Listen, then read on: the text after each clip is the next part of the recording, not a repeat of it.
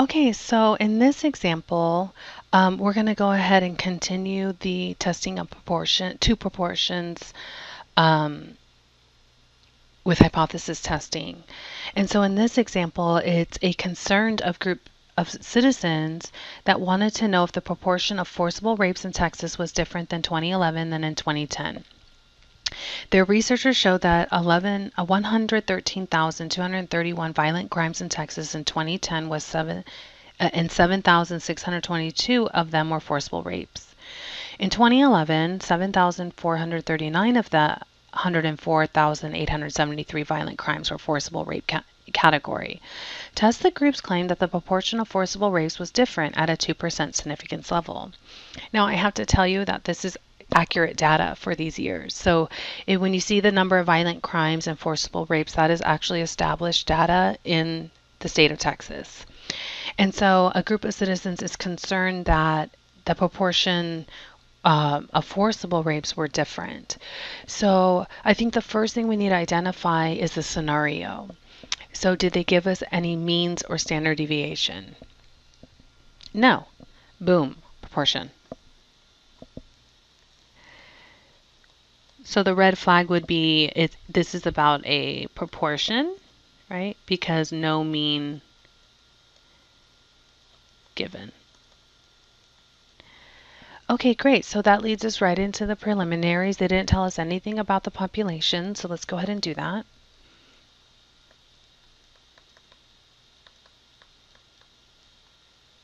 So the first step is we have two populations, right? We have the population in 2011 and we have a population in 2010.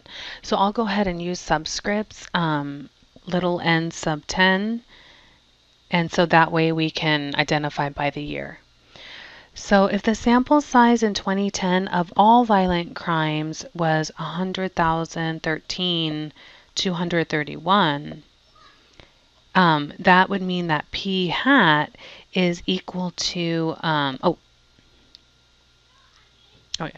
that would mean that p hat is equal to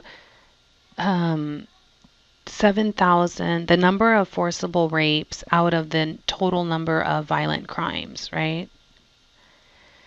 Okay, so if the sample size in 2010 is 113,231, that has to be no more than 5% of what? Well, if this is just violent crimes, what would be the population? All crimes, right? Because there's such thing as non-violent crimes like jaywalking, So 5% of all crimes in Texas.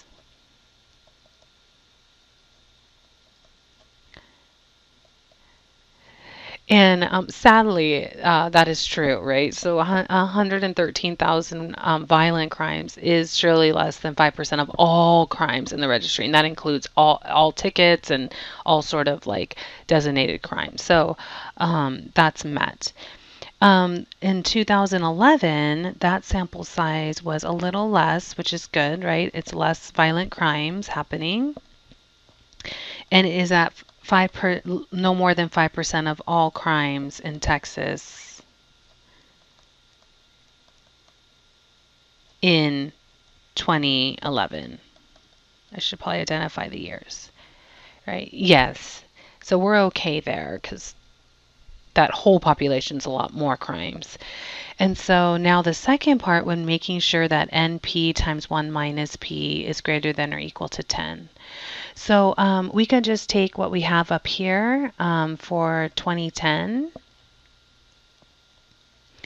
and say, okay, 113,231 times 7622 over 113,231 times 1 minus 7622 over 113,231. Just put that in the calculator. You know me.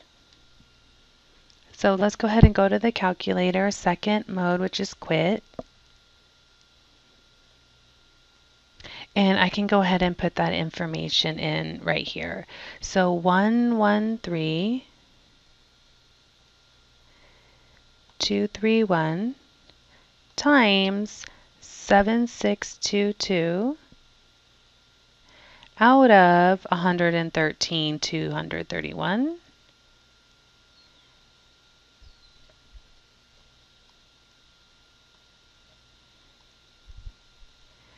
Parenthesis 1 minus 7622 out of 113,231.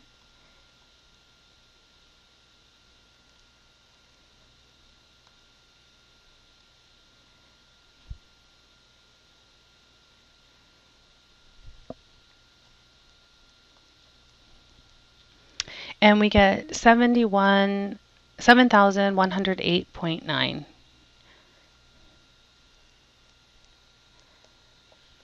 Which is definitely greater than or equal to 10. Okay, so the 2010 population is approximately normal. Okay, so for 2011, we would do the 104,873 times that p hat, which was p hat in 2011. Let's go back up here. How many were forcible rapes? 7,439 out of 104,873. So we would put 7,439 over and then times 1 minus that. Now, it is a lot of tedious work, but again, once you get there, it's nice because you know that your results from your hypothesis test is valid. So, of course, we would do this quickly in your research methods class. You would do it on the SPSS or Minitab or Excel or something like that. So I did this ahead of time and I got 6,911.3, which is definitely larger than 10. But feel free to put it in the calculator. So then we have population normal.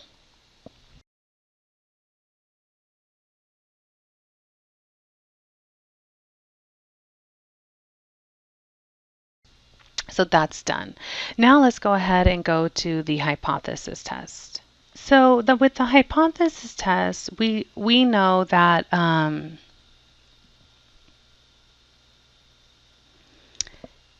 we've already identified that it was a proportion, right? Now we ask how many, and it's 2. So let's just go ahead and keep going. Let's go to step 1. Again, we're dealing with proportions, so put p's and identify like we identified over here with the samples. Let's do 10 and 11. Let's go in order. So the null hypothesis is status quo. And the alternative, well, let's go back up to the actual problem. And then it actually stated that a concerned of group citizens wanted to know if the proportion of forcible rapes in Texas was in 2011 than in 2010. So they said different. So they didn't say greater than or less than, more than, at most, all those inequality mumbo jumbos. It just said, hey, I don't know if it's greater or less than, but like something's different here. And so we just say, okay, if it's just different, that means it's not status quo and it's just not equal to.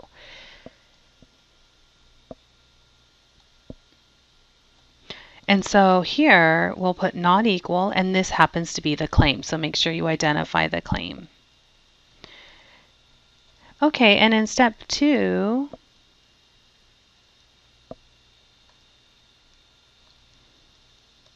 we'll go ahead and draw a figure in the calculator. And then in step 3, we'll go ahead and identify alpha. Alpha was given at a 2%. So that's kind of interesting, a little different, right? But again, at least that our probability of making type 1 error is a little smaller now. So now let's go ahead and go into our calculator and find the, and what we'll do is identify each sample. And so I think it's important that we say, okay, n sub 10 was 113,231, and the number of forcible rapes in 2010 was 7,622. The number of violent crimes in 2011 was 104,873, and the number of violent forcible rapes in 2011 is 7,439. Okay, so let's go ahead and go to the calculator and enter this in. We'll go to Stat, Test, and do you remember? It's proportion to samples, number 6. And so here we'll go ahead and put that information in. So the first sample X1, remember, is the one on the left, which was the 2010 data. So 2010 had 7,622 forcible rapes out of the 231 violent crimes. In 2011, they had 7,439 forcible rapes out of 104,873 violent crimes. And we wanted to see if they were different. So recall that's actually a two-tail test. Okay, and then I'm going to go ahead and draw it. And it draws that nice normal curve, and it's going to shade a little in each little tail. And can you see that it's like, you can't even see that it's shaded, huh? Because it's so small.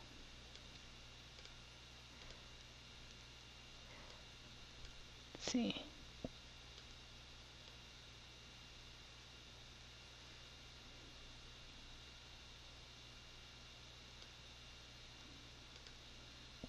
So we can see here that the p-value is small. It says 9e to the negative 4th.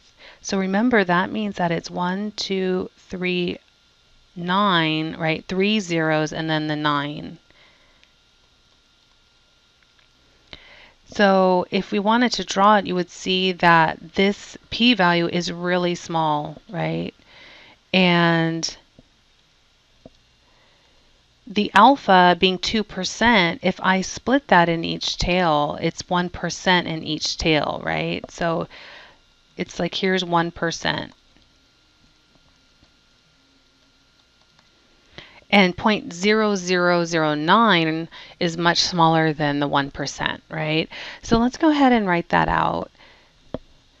So the p-value is equal to 0.0009, and comparing it to the alpha, right, we know that it's much smaller. And so when the p-value, the probability, this means, remember what the p-value means, the probability of selecting, again, 2 random samples from the populations, that probability that the results would be the same is unlikely, and therefore causes change. And that means we would have to like reject the status quo and say, hey, there's going to be some change here. And so we would reject the null. And if we reject the null, then we have to accept the alternative hypothesis. And because the alternative hypothesis was our claim, and we're accepting that, do we have enough evidence to support the claim? Yes. So now we can go on to step 5 and interpret. So in step 5,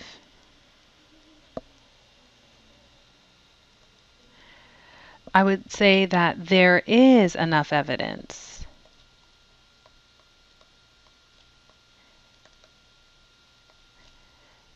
to support the groups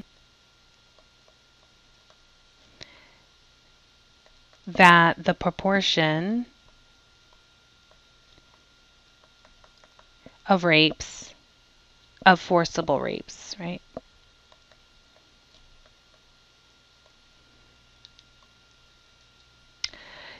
was different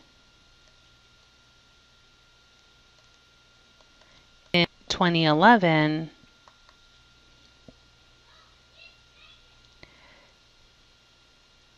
than in 2010.